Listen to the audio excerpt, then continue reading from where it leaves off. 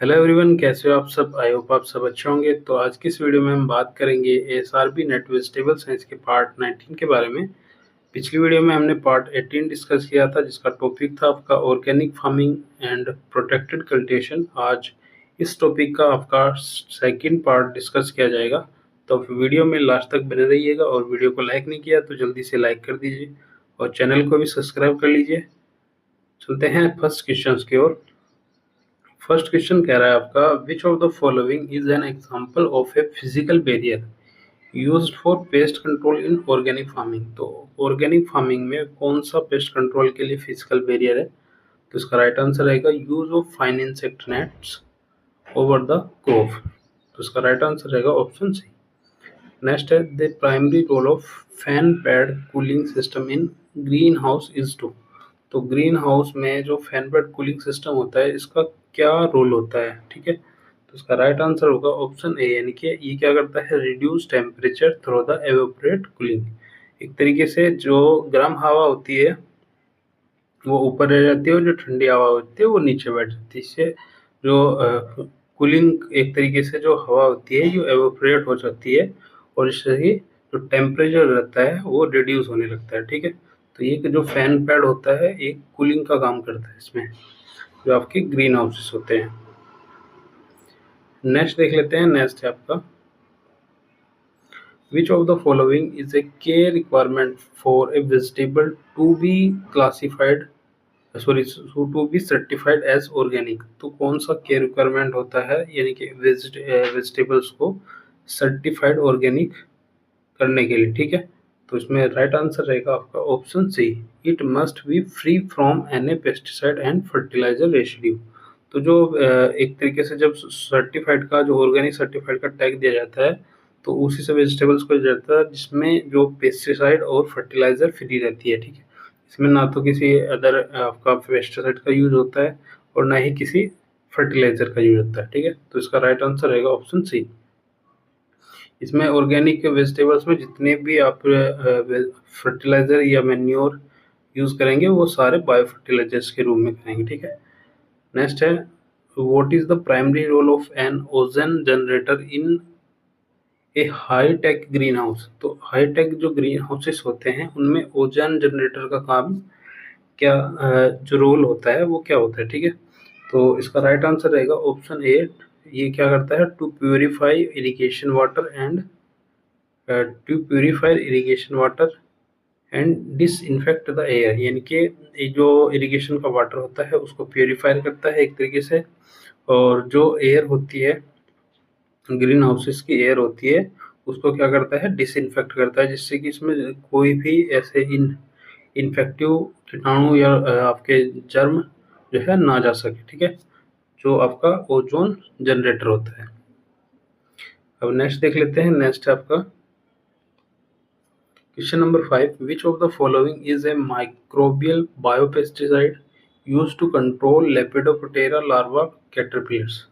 तो कौन सा माइक्रोबियल बायोपेस्टिसाइड्स है जो लेपिडोप्टेरा के लिए यूज होता है? तो इसका राइट आंसर रहेगा ऑप्शन ए, यानी के बेसिलस थ्रेंजिसिस।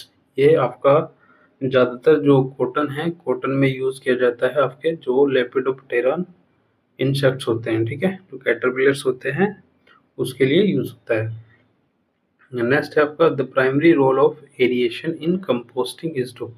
तो कंपोस्ट बनाने के लिए जो एरिएशन होती है उसका क्या रोल रहता है? तो उसका राइट आंसर होगा ऑप्शन डी, यानी कि ये क्या करता है, provide oxygen for aerobic microorganism. इनके माइक्रो ऑर्गेनिज्म के एरोबिक फर्मेंटेशन के लिए ये क्या करता है, ऑक्सीजन जो है उपलब्ध कराता है। नेक्स्ट है, what is the main function of thermostats and thermohydrometers in high tech greenhouse? तो हाई टेक ग्रीन हाउसेस में थर्मोस्टेट एंड थर्मोहाइग्रोमीटर्स, इन दोनों का जो है क्या यूज रहता है? तो उसका राइट आंसर रहेगा ऑप्शन ए, यानी कि टू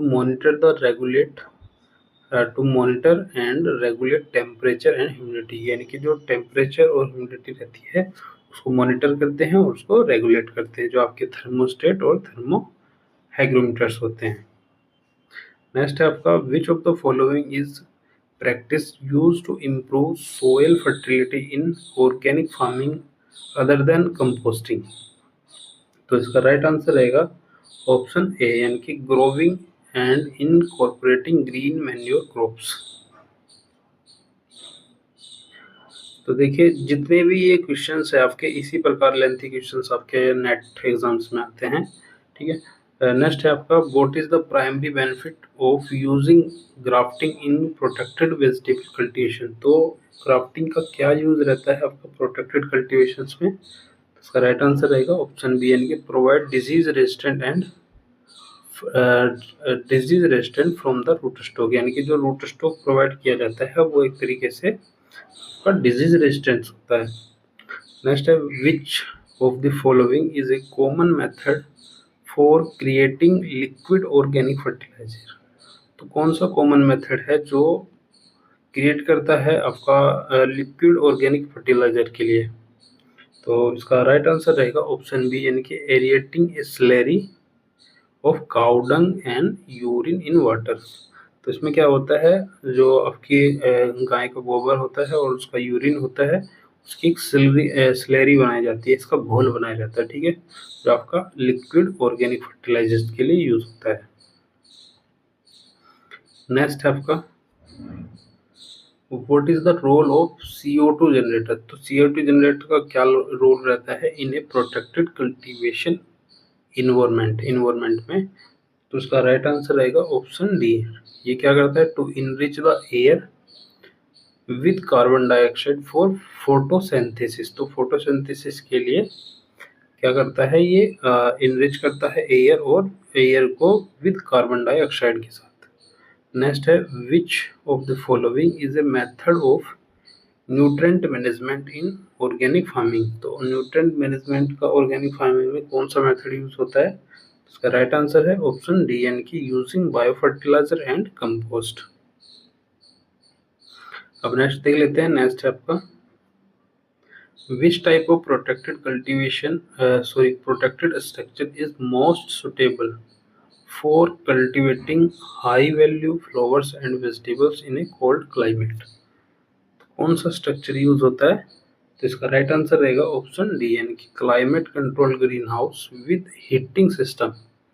जब आप हाई वैल्यूड फ्लावर या वेजिटेबल्स को जो है कल्टीवेट करते हो कोई कोल्ड क्लाइमेट्स में, तो इसके लिए कोल्ड क्लाइमेट कंट्रोल जो ग्रीन हाउसेस होते हैं और हीटिंग सिस्टम्स होते हैं उनका यूज होता है, ठीक है। नेक्स्ट है आपका the use of A trap crop in an example of what type of pest management in organic farming?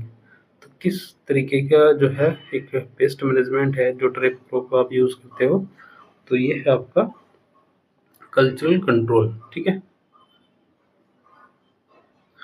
Next है the process of vermicomposting is optimised at temperature range of approximately.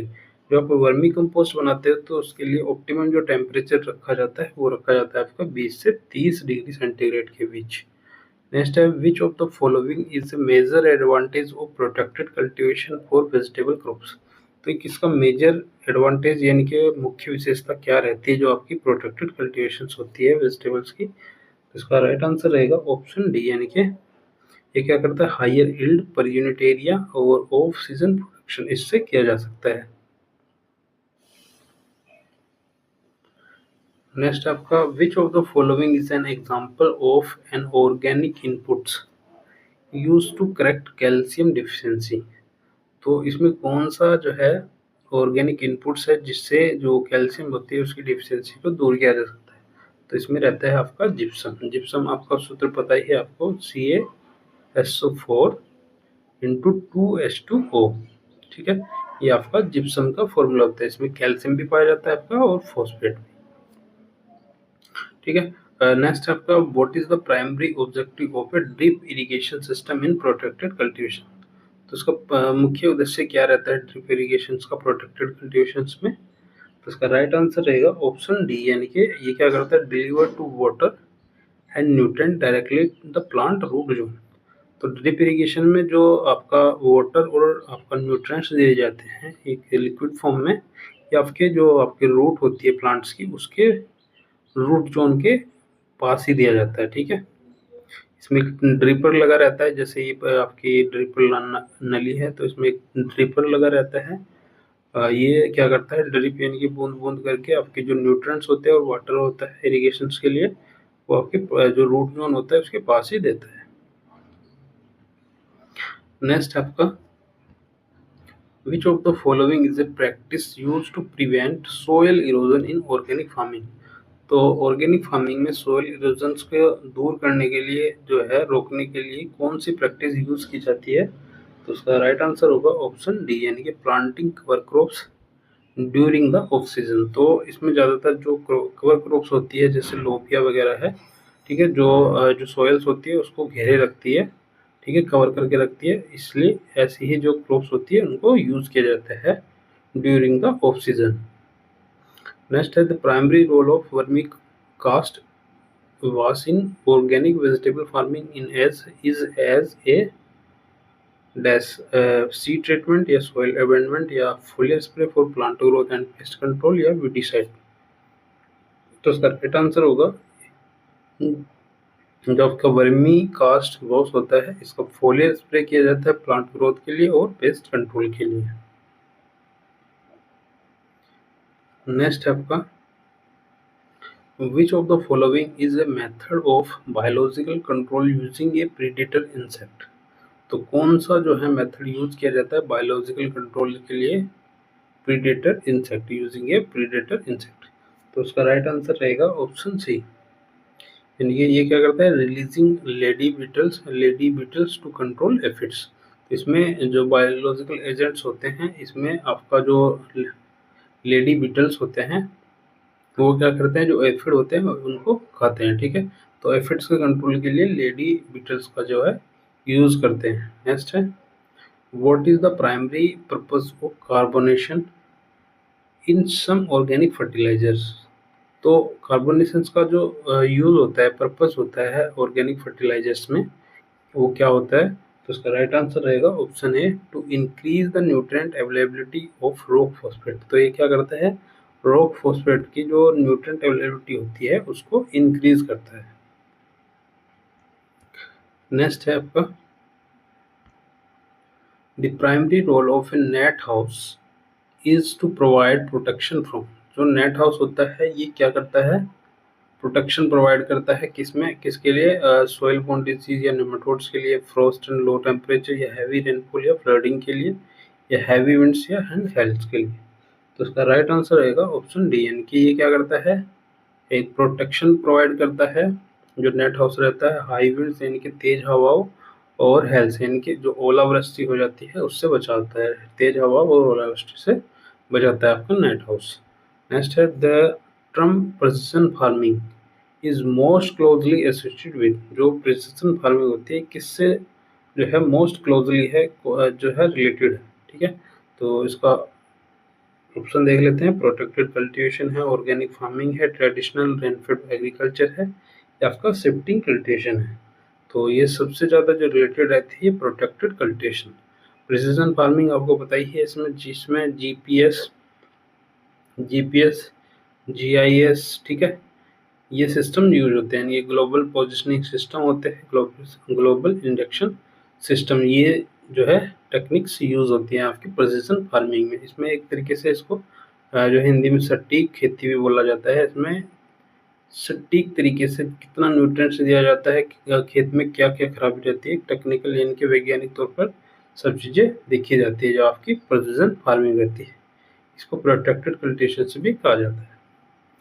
तो ये थे आज की series के आपके total questions, ठीक है।